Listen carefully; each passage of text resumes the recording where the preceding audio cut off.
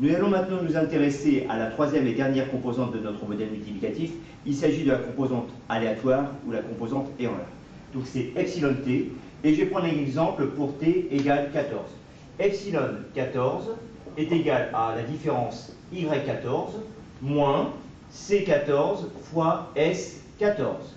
Alors y14, je sais le calculer, c'est égal à 14, d'après mon tableau, moins C14, comme je connais la tendance linéaire, que j'avais calculé précédemment, donc c'est 0,46471 fois 14, plus 20,425, et il ne reste plus qu'à multiplier par la composante S14, la composante saisonnière pour le trimestre numéro 14, qui est obtenue grâce au coefficient saisonnier correspondant à la saison du trimestre numéro 14.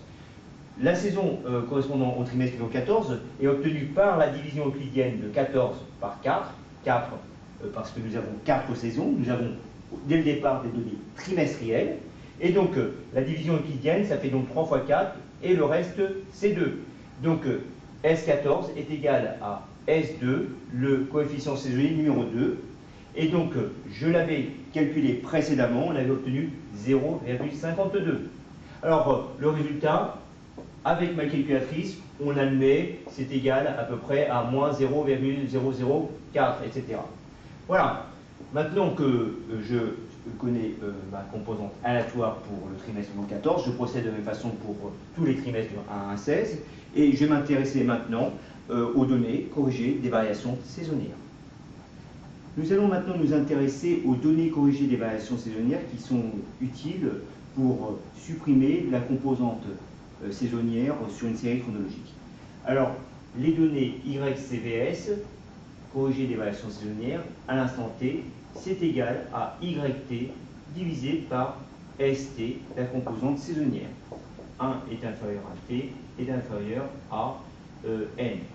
Alors, par exemple, YCVS 14, c'est donc égal à Y14 divisé par S14. Et S14, on l'avait calculé, c'est donc égal à donc 14 divisé par S2, donc c'est 14 divisé par 0,52, etc., etc.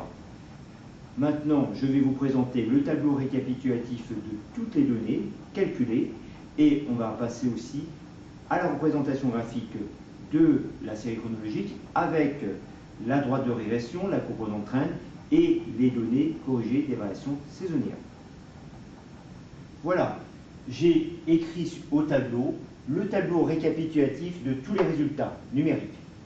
Alors, j'ai représenté aussi à ma droite les formules du modèle multiplicatif. Donc, le modèle multiplicatif, c'est YT égale CT fois ST plus epsilon t.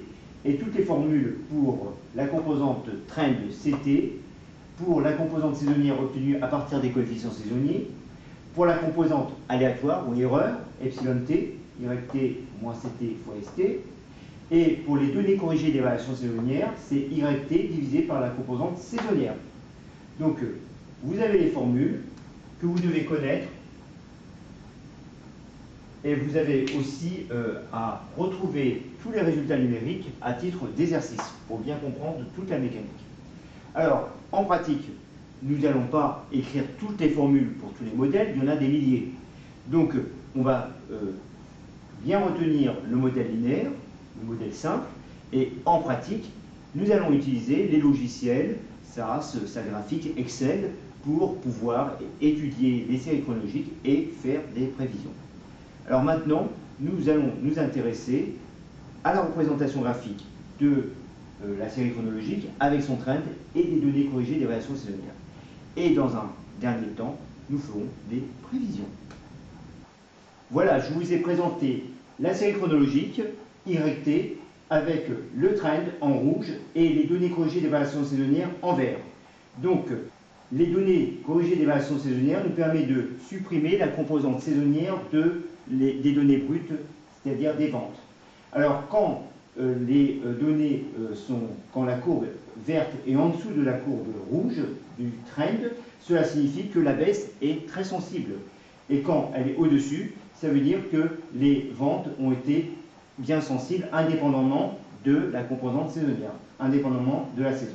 Donc cette comparaison entre le trend et les données corrélation saisonnière nous permet de voir si la croissance était importante ou s'il y avait une baisse sensible, indépendamment de l'évolution saisonnière.